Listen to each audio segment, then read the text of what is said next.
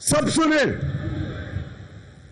सवाल मासूमाना सवाल यह है कि प्राइम मिनिस्टर तो मैं हूं, तो वो धमकी किसको दे रहा है कि प्राइम मिनिस्टर को हटाओ?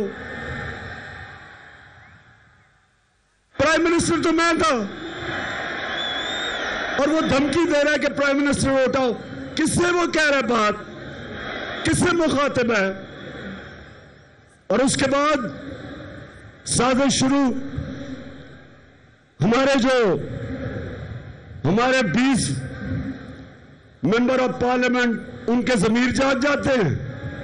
उनको एकदम पता चलता है कि जो हो तहरीक इंसाफ तो बहुत बुरी है।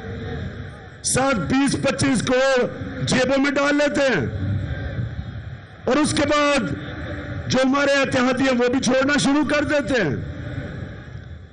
तो बताओ पाकिस्तानियों के ये साजिश थी या नहीं? हाथ खड़ा करके बताओ।